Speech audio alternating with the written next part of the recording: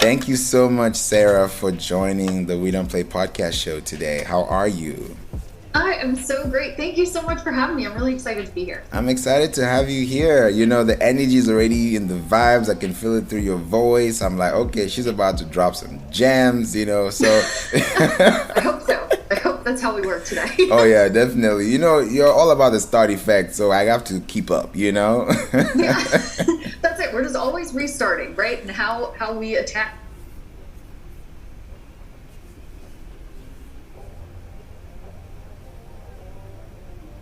Yeah, it's a lot of fun. Keep it Amazing, moving. amazing. I'm looking forward to this, definitely. I would love people to know more about you. Tell us who you are, what do you do? Just give us a little backstory because people like to hear that little part, before they get into Yeah. the weeds of Yeah. things. Yeah. I'm Sarah Maynard. I started the Start Effect, which is a digital presence education company. We talk about digital wellness and digital well-being, which a lot of us, when we think about being online, we don't immediately start to associate how we feel offline with how we're presenting ourselves online, with how we're engaging in the online life.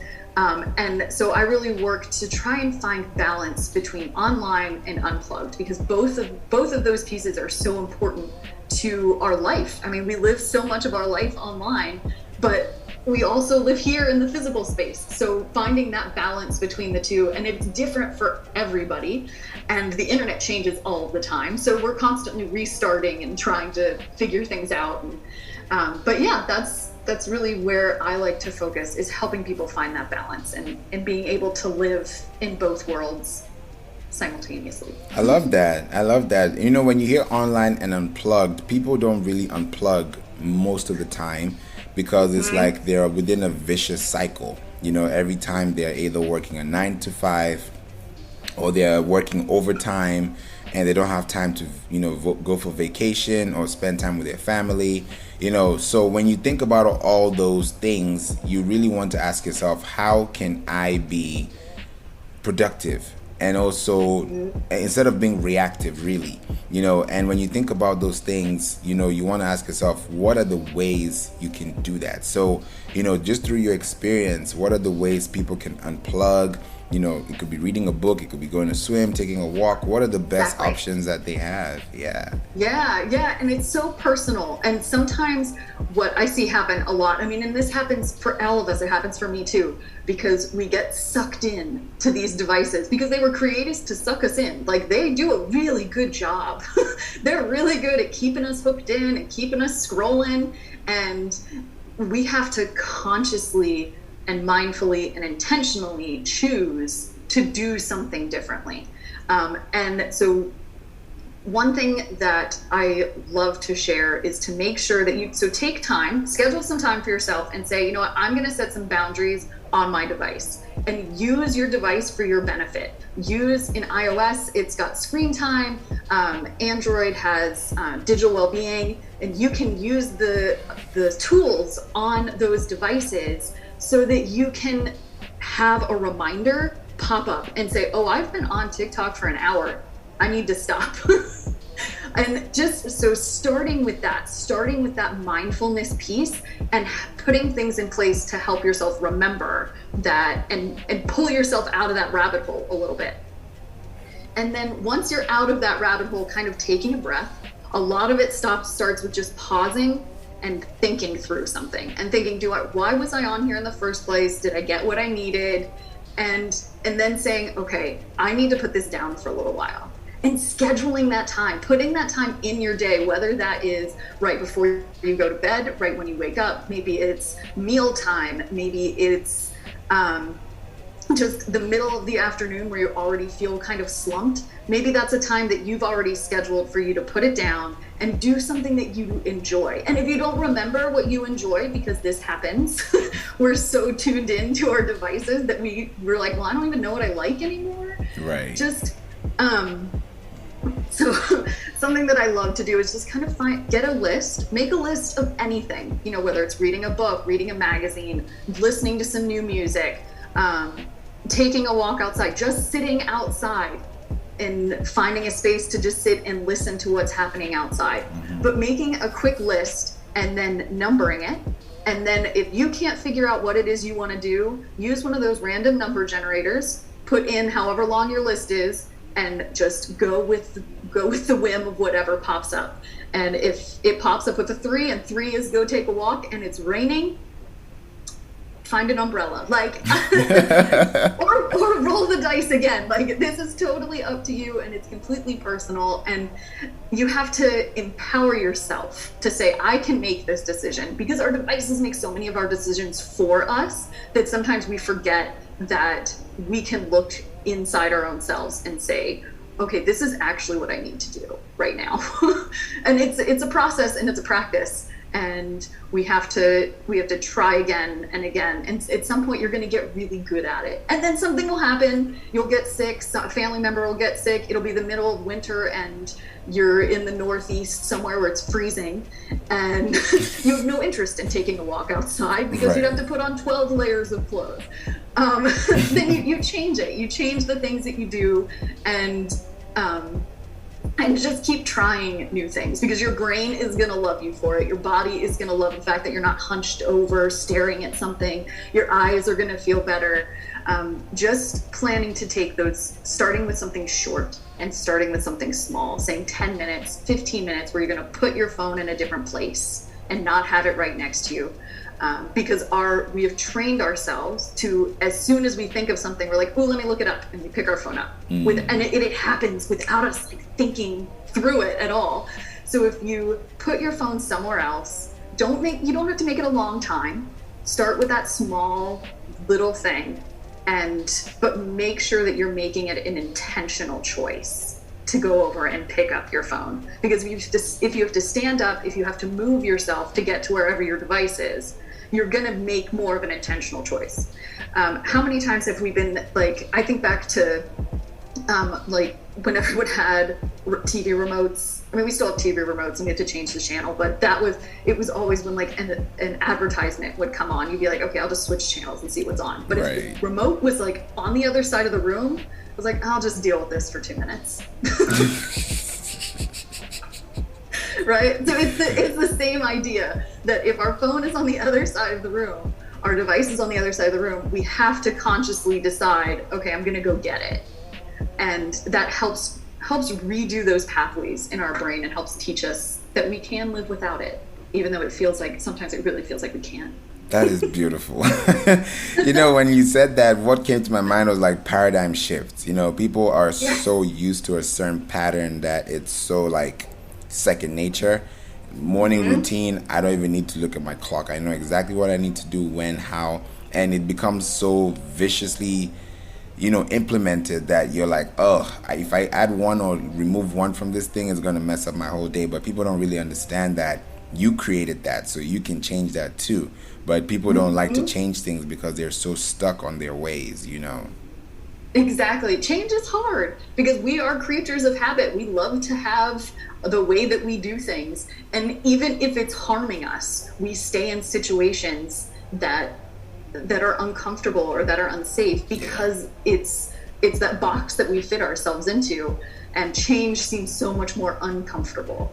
But that's why it's easy to start with not easy. Easy's the wrong word, because it still feels hard. Right.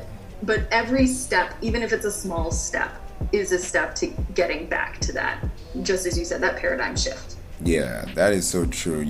When you said that too, another thing came to mind. Is this the same thing as a digital detox? I think of the digital detox as making sure you have a bit of that in every single day. Okay. Having a piece of time where you do detach from your digital devices, which is really hard because now they are all over our homes. We wear them we have watches, we wear them on our wrists, we have them in our back pocket, like we're with them all of the time. Right. So it is a really great idea to have at least some part of your day, whether it's 10 minutes, whether it's 2 hours, to take a break. And then some people will take it a step further and will say, you know what, for this whole week, I'm only going to have 10 minutes a day with my device just to check in. And that's fantastic, but it really doesn't work for everyone, and it doesn't really work long term. Yeah. And I'll see a lot of people that want to completely detox from social media and just cold turkey, stop doing it, not gonna touch it anymore. And that can be really, really fantastic, but you have to think about it in your own space, because for one person it'll work wonderfully and they are totally fine not being in that space, but for someone else it's the only way they found their community, it's the only way they can communicate with family. And so I want to make sure that people understand that you choose this, but make sure it's a conscious choice.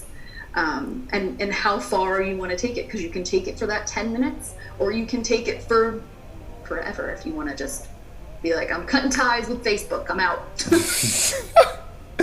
Yeah, exactly. I think that is really, it's like a breakup, really. It's like people are like, I don't know, I still want it, but I don't need it.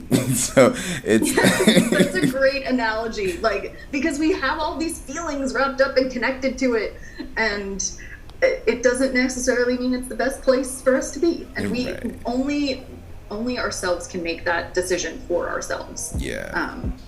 That's true. Okay. I like the fact that you put it like that. Now I'm thinking about digital auditing, like people on Facebook, Instagram, Twitter, LinkedIn, Pinterest, TikTok.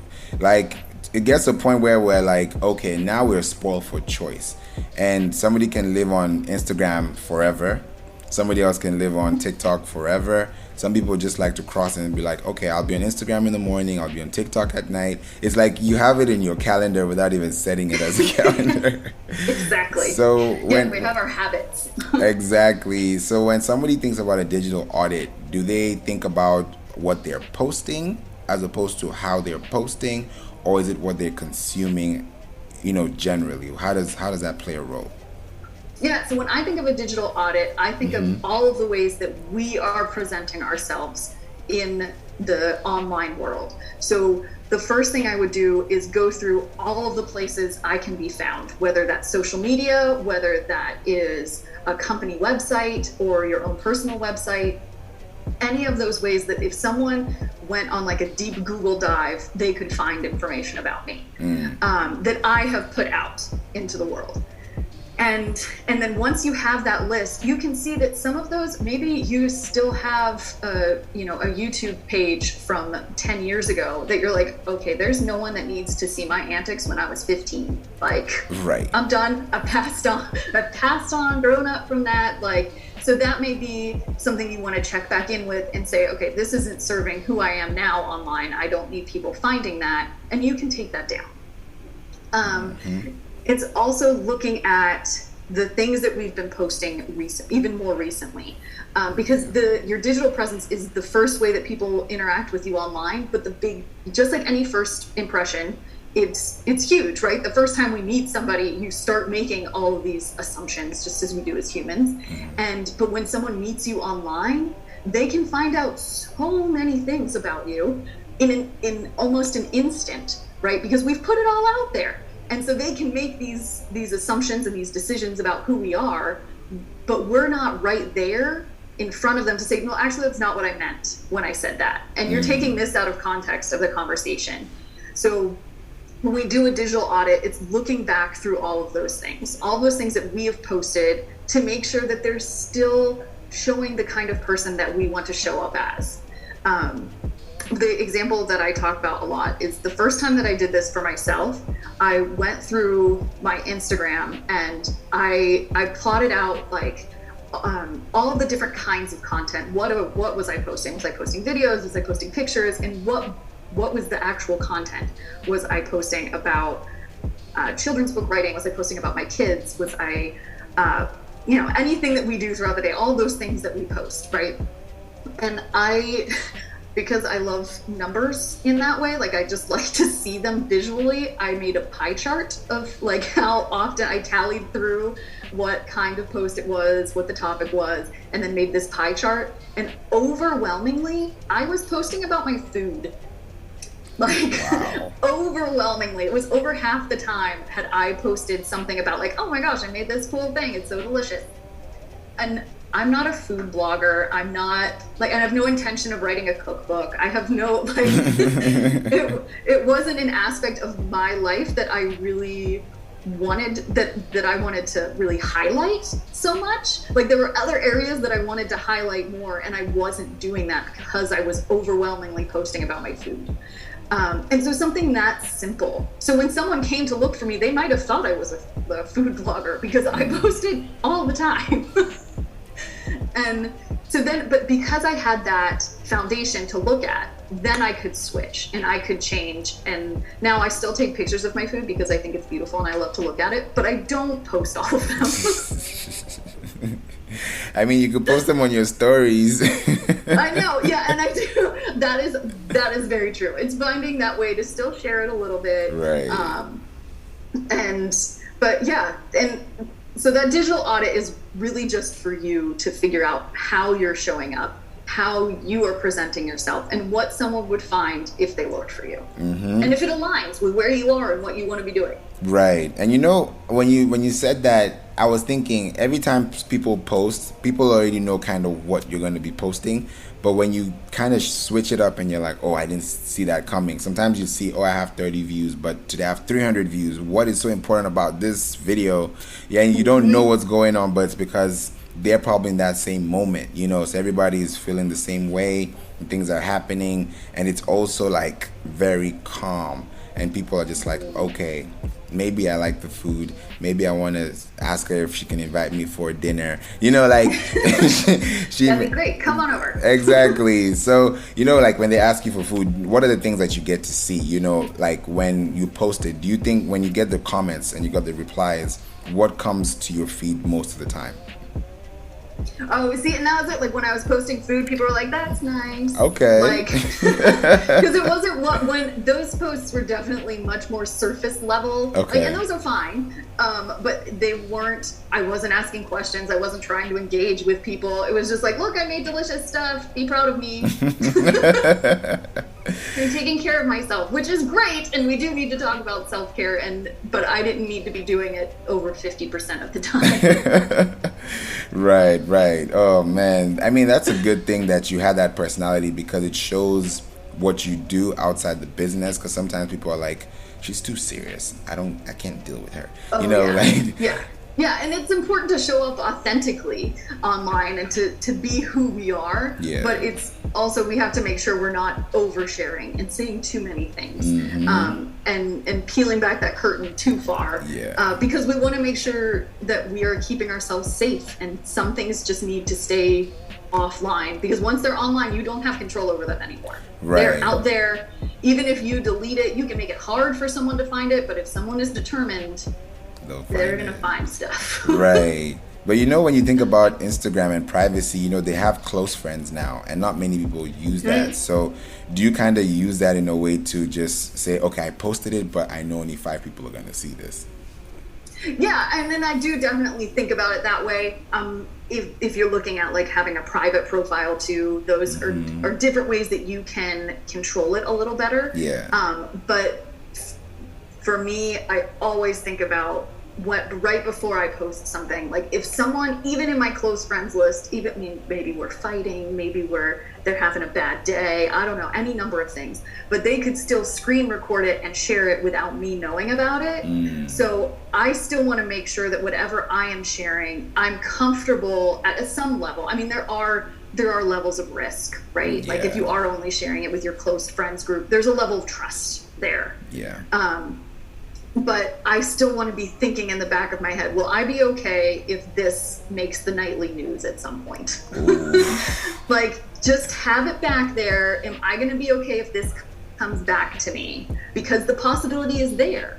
And it's just, and most of the time, it's fine. Most of the time, we're perfectly fine. But it's the mindfulness piece, that piece of thinking it through and saying, yep, I do want to share this, instead of mindlessly just sharing things, which is what I was doing with my food. I was just mindlessly like, oh, this is pretty, I love it, I'm just going to share it with everyone. And so just having that small conversation with yourself before you share something on the internet is is a practice to start to get into. Yeah, I love that you put this in context so that people kind of replace the food with whatever they keep doing all the time, and they'll be like, okay, let me see if I can do the same thing Sarah is doing. So it kind of helps, gives you that mirrored image as well. Yeah, I hope that helps. Yeah, I know it definitely did. I know that for sure. You know, Okay. I would love to know about the start effect. I wanted to ask this question in the beginning, but I was like, let me save this for the last part, of the show. Tell us more about the start effect. How did this event start? No pun intended. Yeah. Yeah. So I've always been fascinated by the way that we communicate and how we interact with one another. And so when everything shut down a couple years ago, I was like, okay, well, what am I going to do? One, I started homeschooling my 4 kids. Brilliant choice. But I also, which is great, I love homeschooling. We're having a wonderful time, which is another topic. But I also decided that I was going to go back to school, and I got my master's in digital marketing communications. And just thinking through how we use all of these digital things to not only to market stuff to each other, but to have our own personal brands and how we show up in that space. And the more I dug into it and the more things I learned, it just became so apparent how we have just completely absorbed ourselves as a society, not each individual person, though we have done that, just absorbed ourselves in these machines and this technology, and we've let it take over so many different things. And I'm also a children's yoga instructor. And so the mindfulness piece and the wellness was always something that was at the back of my brain. And I watched, as we were all shut down, how we retreated to this online world because it was the only place we could communicate. But then in the physical world, we were still craving something. Yeah. We were still looking for something.